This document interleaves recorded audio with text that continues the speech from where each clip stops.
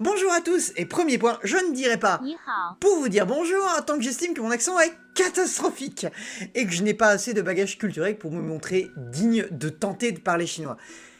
Et comprendre comment marche la langue chinoise, surtout que ça n'existe pas, la langue chinoise, de ce que j'ai très vite compris, et qu'en fait ce qu'on appelle le chinois, c'est une dizaine de langues différentes. Voilà, premier mot, on commence déjà à être paumé. Ça va être une sacrée aventure.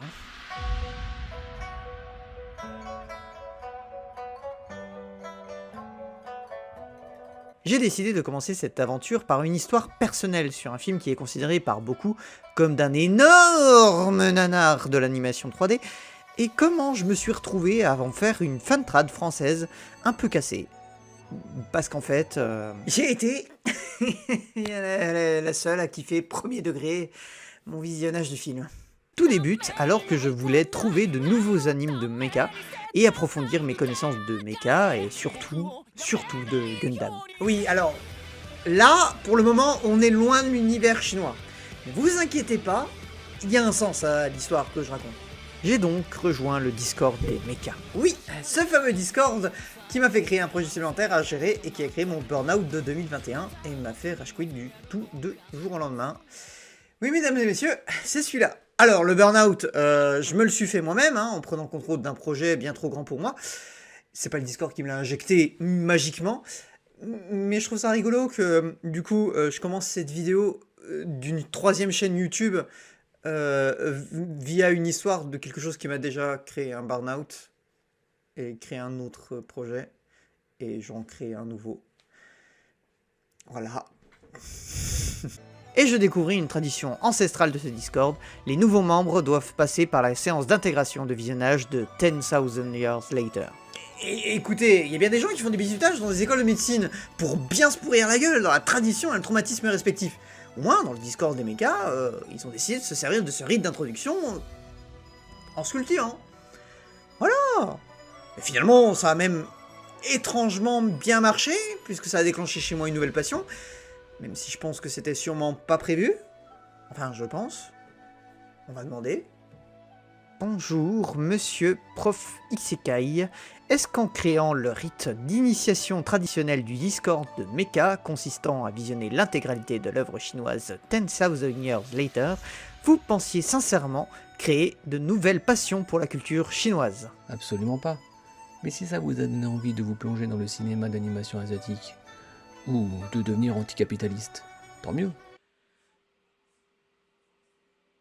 Our whole universe was in a hot, dense state that nearly 14 billion years ago expansion started. Wait, the earth began to cool, the autotrophs began to drool, Neanderthals developed tools, we built a wall. We built the pyramids, math, science, history, unraveling the mystery that all started with a big bang. Oui, anticapitaliste, oui. Et donc me voilà au milieu d'une dizaine d'inconnus qui ont déjà un tas de private jokes sur le film, et le film commence. À ce moment-là, le truc c'est que le film, il était pas sous-titré en français, mais en anglais. Parce que le film est un peu perdu à la base, personne n'était censé le trouver. Sauf que moi et l'anglais... You will be destroyed soon, because I am the justice, and the justice will never die. I have finished the jeu. Du coup, en gros, ma première expérience du film, c'était ça.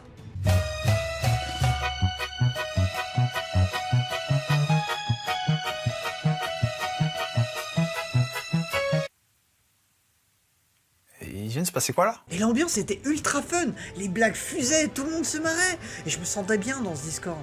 La transition a bien marché, je me suis senti bien. Sauf qu'il y avait un souci.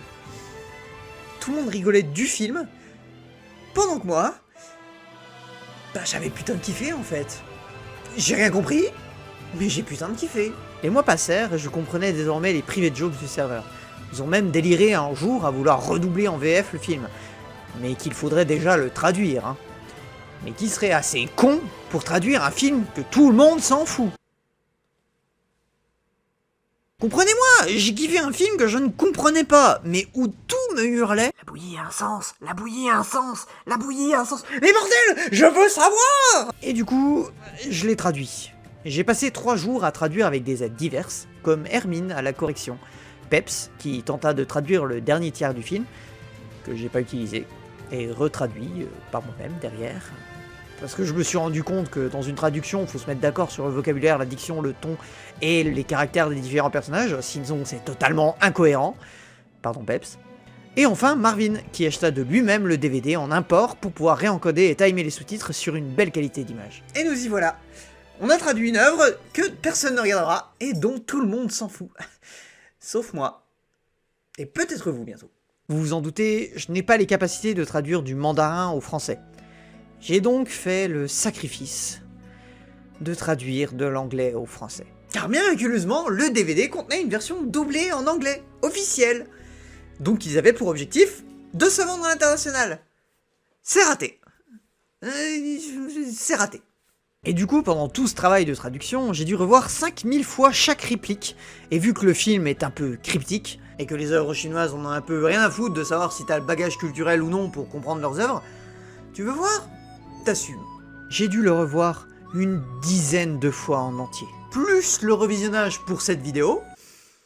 Heureusement que je l'aime bien. Heureusement. Ce fut une expérience unique, où j'ai eu l'impression de retourner dans mes études littéraires, à devoir tout interpréter et regrouper pour donner un sens à la masse. Je prenais des notes, regroupais les informations, traçais la chronologie des événements, du lore du monde, comment ils marchaient, les clans, etc. Ce qui m'a fait prendre une décision, et je vous permets de m'insulter pour l'avoir prise, j'ai simplifié le film. Soyons clairs, on est sur une trad que personne ne voulait, que personne ne demandait non plus d'ailleurs, hein. C'était donc devenu mon plaisir personnel. De ce point de vue, je voulais juste comprendre l'histoire, ce qu'elle racontait, ce qu'elle voulait raconter, et son message. Et donc j'ai décidé de supprimer un mot pour rendre le récit plus simple. Et ce mot, c'est un lieu, qui s'appelle Tech City. Déjà, la subtilité du nom, on y repassera, hein, elle est ce qu'elle est, mais en plus de ça, c'est directement lié à un autre nom, Cougar, qui est une prison, où est enfermé Tech City. C'est une prison qui enferme des lieux. C'est magique. Et Tech City, c'est utilisé une seule fois dans l'intro du film, dans une phrase rapide, et plus jamais on en parle dans la suite du film, préférant dire aller à Cougar. Du coup, j'ai simplifié. J'ai remplacé par Cougar, et je pense que personne ne m'en voudra. Surtout qu'au visionnage de la sortie de la traduction sur le Discord du Mecha, personne n'a calé. Donc je pense qu'en fait, il n'y avait que moi qui avait compris qu'il y avait un lieu appelé Tech City. Mais maintenant que je vous ai raconté tout cela... Mais qu'est-ce que c'est que ce film ? 10,000 Years Later est un film d'animation chinois par le studio Yili, qui n'a fait que ce film. Un film qui est de base dur à trouver. Donc des infos dessus encore plus. Donc imaginez trouver des infos sur un studio d'animation qui est né de lui et mort de lui. Et maintenant, je vais essayer de raconter le film sans spoiler. Le film se place dans un monde où, 10 000 ans auparavant, les anciens dieux peuplaient une énorme civilisation emplie d'une magie puissante qui les firent s'expandre et évoluer de façon exponentielle. Malheureusement, les anciens dieux et leur civilisation furent détruites par une catastrophe. 10 000 ans plus tard, une nouvelle civilisation apparut, descendant de ces anciens dieux, et peuplèrent tout le Grand Ouest en différentes tribus ayant différents attributs. Comme des zèbres ou des hommes légumes. Ah, c'est pas pour rien qu'on me l'a présenté comme un nanar. Mais dans cette catastrophe, il s'élève une cité antique qui renfermerait l'ancienne magie des dieux, une cité interdite et maudite qui permettrait de faire revenir à la vie cette ancienne civilisation. Et c'est ainsi que Wu Greb et son clan Wu décidèrent d'explorer cette cité interdite, appelée Cougar. C'est le fameux Tech City. Wu Greb fut le seul survivant de cette expédition, et en ressortant des décombres, des nombreux pièges de cet endroit maudit, il s'écria « C'est un homme, pas un dieu !» Wu Greb, face à cette révélation que nous comprendrons plus tard, prit le contrôle du pouvoir des anciens, et transforma son peuple en une armée démoniaque. Il tenta de contrôler le monde en tuant et détruisant tout sur son passage. Mais la déesse Kelsang se transforma en pétales de fleurs, et scella Wu Greb et son clan sous une montagne. Ah, quand je vous dis que les Chinois en ont rien à foutre de savoir si t'as le bagage culturel pour regarder des films, pourquoi elle s'est transformée en pétale ?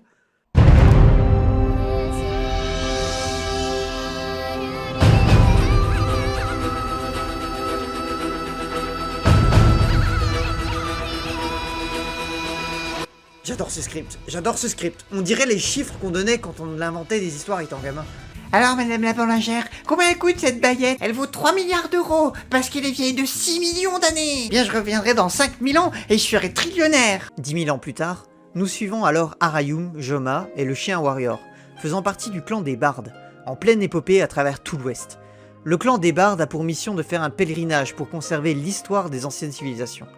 Leur but est de transmettre le savoir du passé pour éviter que les nouvelles civilisations ne répètent les mêmes erreurs que les anciennes. Mais leur pèlerinage ne sera pas du tout repos, parce que des signes montrent que Wogreb commence à se libérer de sa prison, et donc la menace de la déferlante Wu sur ce nouveau monde est proche. Je vais m'arrêter là dans la description pure du scénario du film pour vous donner la possibilité de le voir par vous-même, et je vais rentrer dans une catégorie un peu spoiler du film, pas vraiment scénaristique, mais plus par rapport au message du film, et vous l'aurez compris, hein, le message c'est très clairement... Ok, Boomer. La technologie c'est pas bien, les avancées de la science c'est une hérésie, la nature reprendra ses doigts, etc. Gna gna gna. Oui, bon voilà, mais certes, il y a quand même un message écologique qui est vrai, on peut pas le dénier. Le principe de dire que l'on nous prévient depuis des années que tout va mal, mais que personne n'écoute les avertissements, que l'on prend tout comme des légendes et autres contes fantasmés, qu'on se moque de la menace tant qu'elle n'est pas devant nos portes. Il y a des beaux messages comme l'union fait la force, que nous pouvons vaincre tous les maux si nous arrivons à nous entraider et s'écouter. Certes, ce sont des messages et des morales qu'on a l'habitude d'entendre. Mais justement, on les suit toujours pas. Même après plusieurs générations où on se les prend dans la gueule à chaque récit. Et là, le film, il parle de civilisation. Et si individuellement, il y a des personnes héroïques comme Joma, pur et innocent, le problème c'est qu'en tant que civilisation, on n'avance pas.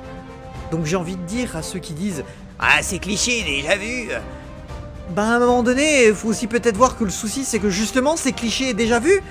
Et encore là, par actualité, c'est là le souci. Mais le problème du film, c'est que vraiment, c'est Boomerland.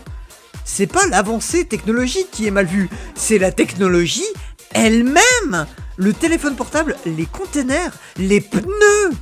C'est toute notre technologie et notre science de notre ère qui est vue comme le mal.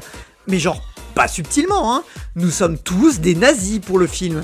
Littéralement. Vous voyez toutes ces BD Facebook qu'on a vu passer pendant des années là? Celles qui sont toujours en mode « OMG, nous sommes perdus, la jeunesse est hypnotisée par son smartphone !» Et ben c'est 1h30 de ça. 1h30.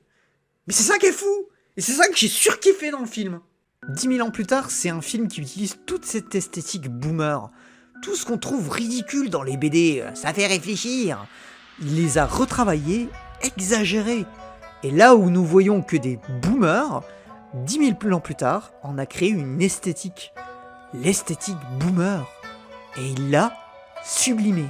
On se retrouve avec des décors fous, des choses qui n'ont aucun sens à part d'être des symboles à l'inverse de la subtilité.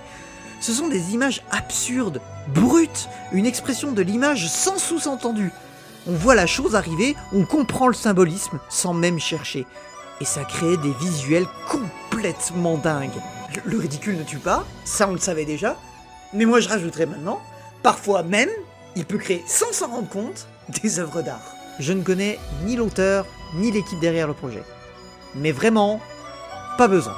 Ça transpire par tous les pores l'anti-science, qui voudrait que le monde sombre et qu'on redevienne tous des chasseurs-cueilleurs.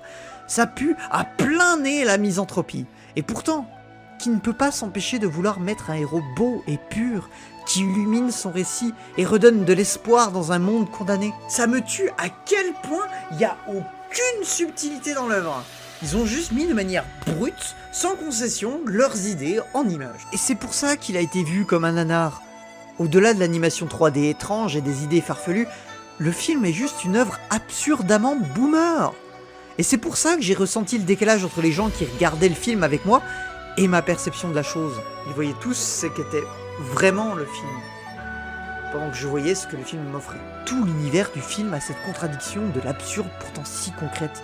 Les visuels s'enchaînent et sont fous de créativité, et en même temps, tellement simples et brutes. Chaque nouvelle civilisation a son sens et montre ce que le réal veut mettre du côté des gentils et ce qu'il veut mettre du côté des méchants.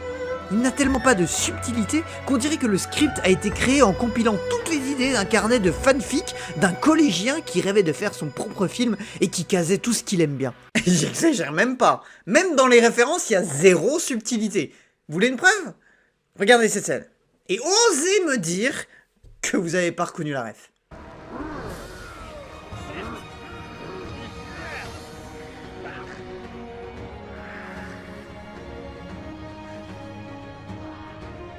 Ce film est dingue. Je le trouve captivant. Car au-delà de l'innocence et de la brutalité de son imagerie, il existe, et je trouve ça fabuleux. Il a pu être produit et fait. Et s'il y a bien une chose que cette imagerie absurdément brute prouve, c'est que personne n'a bridé les idées des auteurs. Il a dit ce qu'il voulait, et ils l'ont fait. Je sens à vos regards que vous comprenez pas vraiment le fabuleux de l'histoire. Alors imaginez, vous êtes dans un studio d'animation, vous êtes animateur 3D, et derrière, l'auteur vous tend le script qu'il faudra créer et animer dans les prochaines semaines. Et là, l'auteur vous dit « Bonjour, je veux qu'un amas de conteneurs quantiques vienne s'écraser sur des zèbres humanoïdes et un homme légume, pendant qu'un homme de pierre crame et se consume dans un paquet de cigarettes. Vas-y.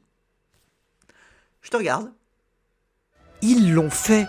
Et c'est tout ce qui m'importe. Aujourd'hui, ils l'ont fait. Et la question qui m'a bouleversé à la fin de mon tout premier visionnage de ce film, dont je ne comprenais pas l'histoire à cause de la barrière de la langue, cette question qui me fait encore aimer ce film, comment peut-on réussir à ce point à être créatif en utilisant uniquement des clichés et des concepts surutilisés? 10 000 ans plus tard, l'a fait. En utilisant de manière brute tout ce que l'on s'est mangé pendant des années de films génériques, 10 000 ans plus tard, a réussi à devenir unique. Et c'est pour cela que vous devez le voir et vous faire votre propre avis. Que vous vous moquiez ou que vous vous émerveillez, que vous rigoliez entre potes ou que vous halluciniez devant seul, que vous ayez l'impression d'avoir pris le pire hallucinogène de votre vie ou de vivre un rêve éveillé aussi absurde qu'un rêve puisse être au réveil. Lorsque le générique défilera, il vous restera un souvenir marquant.